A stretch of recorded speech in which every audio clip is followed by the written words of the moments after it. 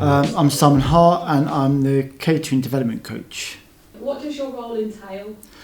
It entails helping people to get their NVQs levels 2 and 3 in catering, food production. So part of it is functional skills, so English and maths does become part of it as well. So I help them getting their levels 1 and 2 with their maths as well. I left school when I was 16. As I said before we started recording, I'm dyslexic, and I'm quite a practical person, so I love my food. So I did a scheme at the time called a YTS, a youth training scheme. So with there I got put into an Italian restaurant. So I started working there for £29.50 a week. And the chef there left and went to a hotel. So I went with him and started working at this 4-star hotel in Leicester. So got my qualifications, my City and Guilds 1 and 2 at the hotel. Stayed there for about 2.5 years, getting trained up, learning all the different techniques and things to do with catering. Still learning now, if I'm being honest. I ended up spending 3 years working at one of the places I really enjoyed more than anywhere else was working at Leicester City Football Club. So I was doing corporate days, functions, match days, so we could cater anywhere from, in the restaurant, which was 60 people, up to 2,500 on a match day. So as you can imagine, a team of 10 of us, it was quite intense, quite full on. I went to work for Masonic Hall, which is for the Freemasons, and that was private dining, private banqueting as well, anywhere from 20 people up to about 150, 7-course banquets. So fairly good. Got ourselves a couple of rosettes with the food, so that was fantastic. And then from there I joined the prison service, working in the kitchens with the prisoners, helping to train them as well as catering for them. So I started off in the local remand prison in Leicester. For a prisoner, I think we used to have about 185 or 189 a day for 3-course meal, for 3 meals for the whole day. So you have to be a bit inventive to be able to get the food that you need for 3 meals. So making everything fresh is a lot cheaper. It's a lot more labour intensive, but you do learn, and it's quite nice to making bread and your pies and your curries and everything from scratch. So all your puddings, everything you're making from scratch, which was great. And also the prisoners were learning from that. While I was in there, Richard Blower also worked there, and he left there to come to Busy Bees, and I got in touch with him when he left. He said there was, so spoke to him, had an interview, and there was a position. So I've done my TAQA and my level 3 teacher training while I've been with Busy Bees, and doing my English and my maths level 2 as well, which was something that I did need to do, but as I said, I'm dyslexic, so I kind of avoided that. So taking this job on at the time was a huge challenge to me, just because of my dyslexia and being quite scared of facing that part of me, because it's something I avoided, if I'm being perfectly honest. But I thought at some point I'm going to have to step up and face it, otherwise I will be running away from it for the rest of my life. And I did, and overcoming it's still a challenge now in some respects, but I'm learning to deal with it, and got little tactics and methods that I use, and I picked them up from Cognises as well, so I use them as well to help me, and I'm doing really well. I feel like I'm doing well, so we'll see. In the past, my sentences would be quite long and very simple, but I think because I'm doing things repetitively has helped me, and it's just given me little tactics and little methods to do, so I kind of use them, and my confidence has grown, and the way in which I'm working, I've adapted slightly to what suits me. For example, I also help with team leading on the level 2 and 3, as well as doing catering. And on there, when you do your actions, you have to do quite a big piece of work.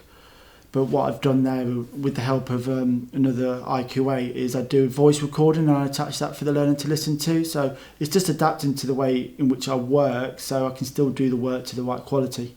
What is involved in a catering apprenticeship? Stage 1 is a knowledge work, so they're having to learn and research into different things. So if it's a level 2, it's different cooking methods, preparation methods, the health and safety, the law side of it. And then the other half of it is the observation. So that's getting them to make things, see them do stuff. So for level 2, it's all the basic stuff. So like your white sauces, your gravies, making bread, your sponges, your cakes, and all that kind of stuff. With the level 3, you're taking up a notch, but depending on the skill level of the people that are doing the level 2, I do like to challenge them. So I've got learners making fresh pasta, soufflés, choux pastry. So I'm trying to challenge my learners so they get more out of just a basic course. So they like butchery and things like that. I'm trying to get involved in the course. You get a good understanding of catering if you're in the trade. It's okay, don't get me wrong, going to college is really good, but working in the actual kitchen with the pressure of having all your timelines, having to do service, where you do in a college, is very different to the actual service time and the pressure that you put under and the stress that you can be put under. And that's not something that they really talk about or is really spoken about, but it can be quite pressured because you have deadlines all the time. So if you got a check come in and you've got to get the starters out, the main course out, and the puddings out, you've got set time. So you've got that deadline for each one. But then on top of that, if you've got 80 people, you've got all the other deadlines on top. So it's stressing, it's managing to deal with that stress and being able to time manage as well. So it's not sometimes just about catering, it's being able to judge and manage all those at the same time. How much kitchen experience do you need to become a catering apprentice? I had none when I started, absolutely none. My mum did all the cooking. I used to love eating it. She let me do a little bit, but I didn't have any, and I just learned. You just listen, do as you're told sometimes in the set, but then also getting involved and doing it yourself. That's also a really good way of learning. What jobs could you go into after you've gained your qualification? The list is endless. You can go to restaurants, hotels, a health spa. I've worked in a football club. You can go on the cruise ships. You can travel the world. A long time ago, my cousin got married in Australia, and I was his best man, and I'd gone over there for the wedding.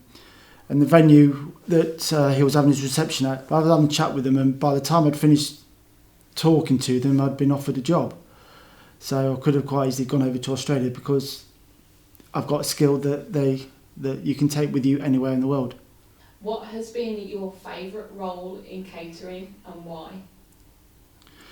My other love is football, so I think it'd always have to be working at Leicester City Football Club because the food that we did there was really good and it was varied. As I said, you had anything from fine dining in the restaurant to simple buffets, carveries, and then you had your full-blown banquets up to, I think, 550 people was the maximum that you do. So what you did was very varied there, but then also you had the flip side of it, being able to watch the football as well. And then for 6 months, actually, I got sent down to the training ground, so I was actually catering for the players for 6 months.